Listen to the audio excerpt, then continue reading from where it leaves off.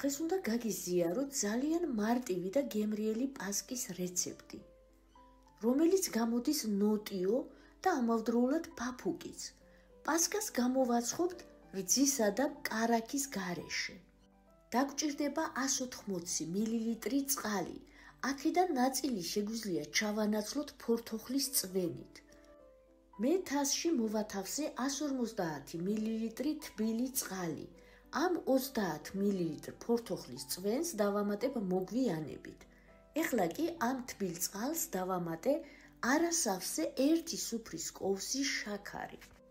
ვამატებ არასავსე სუფრის კოვს საფუარს, ეს არის 5-6 გრამი. აქვე შეგვიძლია დავამატოთ ფქვილის საერთო რაოდენობიდან 1 სუფრის კოვზი ფქვილი. ეს კარგად შევურიოთ ერთმანეთს, დავაფაროთ და დავტოვოთ, რომ საფუარმა დაიწყოს გააქტიურება. როგორც კი ვნახავთ, რომ საფუარმა დაიწყო გააქტიურება, ეს იმას ნიშნავს, რომ ჩვენი საფუარი ვარგისია, ჩვენ უკვე შეგვიძლია დავიწყოთ მომზადება. თასში მოვათავსოთ 4 კვერცხი. ვამატებ 150 გრამ შაქარს. ჩაის კოვზის წვერით დავამატოთ მარილი. დავიწყოთ გათქვეფა ჯერ დაბალ სიჩქარეზე. მერე მოვუმატოთ სიჩქარეს და უნდა გავთქვიფოთ კარგად. შაქარი უნდა გადნეს და მასა უნდა გაორმაგდეს ან გასამმაგდეს. სანამ ამას გავთქვიფავთ, თქვენ შეგიძლიათ არხი გამოიწეროთ, ვიდეოც მოიწონოთ და გააზიაროთ კიდევაც. უნდა მიიღოთ აი ასეთი თეთრი მასა. ვამატებ 30 მილილიტრ ფორთოხლის წვენს. დავამატოთ 100 მილილიტრი ზეთი. აქვე ვამატებ უკვე გააქტიურებულ საფუარს. სუნელებიდან ვამატებ ილი, მუსკატის კაკალი, მიხაკი, დარიჩინი, ნახნახევარ ჩაის კოვზებს. დავამატოთ ვანილი. დავიწყოთ ფქვილის დამატება.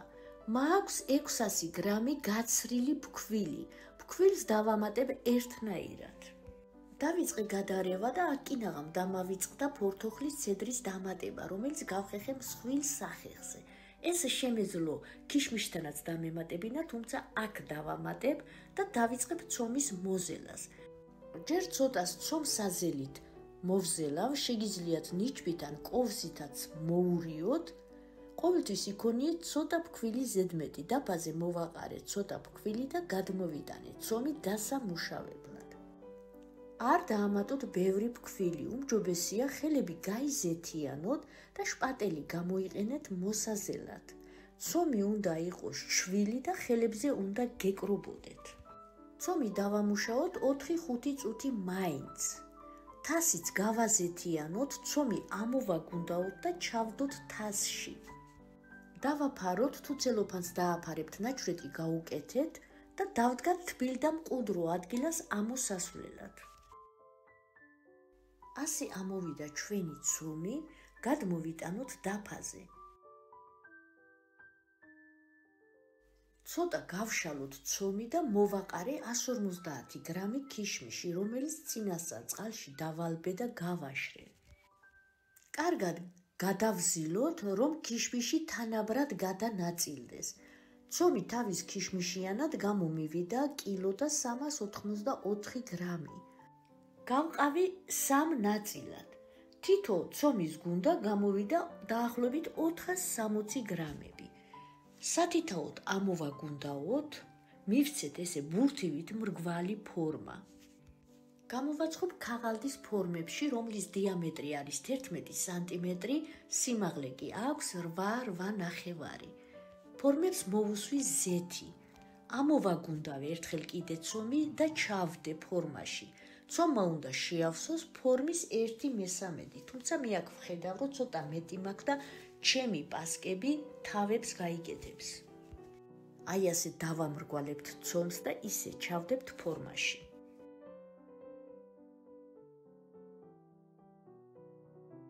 ჩავდე სამივე ფორმაში, ფორმებს ზემოდან დავაფაროთ და დავტოვოთ, რომ ამოფუვდნენ და გაორმაგდნენ.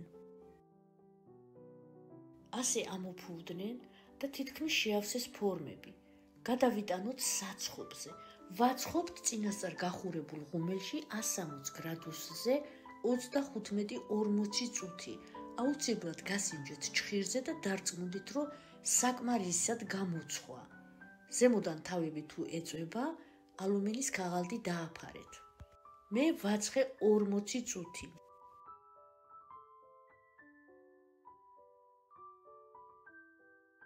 ზემოდან ცხელსვე თაფლი გადავუსვი, ეს აუცილებელი არ არის, თუმცა სიპრიალეს აძლევს. შეგიძლიათ უბრალოდ შაქრის ფხვნილიც მოაფქვიოთ. დავტოვოთ გასაციებლად, სრულად უნდა გაცივდნენ. გაციების მერე კი ამოვიღოთ ფორმებიდან. ამათ მე ჯერ ფოტოსესიას მოუწყობ, მერე კი დავჭრეთ და დავაგემოვნოთ. ხელში უკვე ეტყობა, რომ არის მძიმე და ფაფუგიც. საოცარი პასკები გამოდის, ნახეთ როგორია. აუცილებლად გამოაცხეთ, აუცილებლად მოგეწონებათ, ვიდეოც მოიწონეთ და გააზიარეთ კიდევაც. მე კი თქვენ ახლა დროებით გემშვიდობებით, მალე ისევ შევხვდებით და გაგიზიარებთ პასკის ახალ რეცეპტებს. იქამდე კი ბედნიერ დღეებს გისურვებთ. დავჭრათ და დავაგემოვნოთ. აი როგორი გვაქვს, ნახეთ როგორია, ღმერთო ჩემო სასწაული. სასწაული არ არის ვალოდ? ნახეთ როგორია, ცოტა თბილ-თბილია. და საოცარი, აი ხალხო უყურეთ როგორია. სანამ ახალ რეცეპტებს გაგიზიარებთ, თქვენ წინა წლის რეცეპტები დაათვალიერეთ არხზე. აი ასეთი საოცარი რეცეპტები შეგხვდებათ ნოტიო კლასიკური პასკისა. ბმული გამოჩნდება ახლა ზემოთ და შეგიძლიათ გადახვიდეთ და გამოაცხოთ.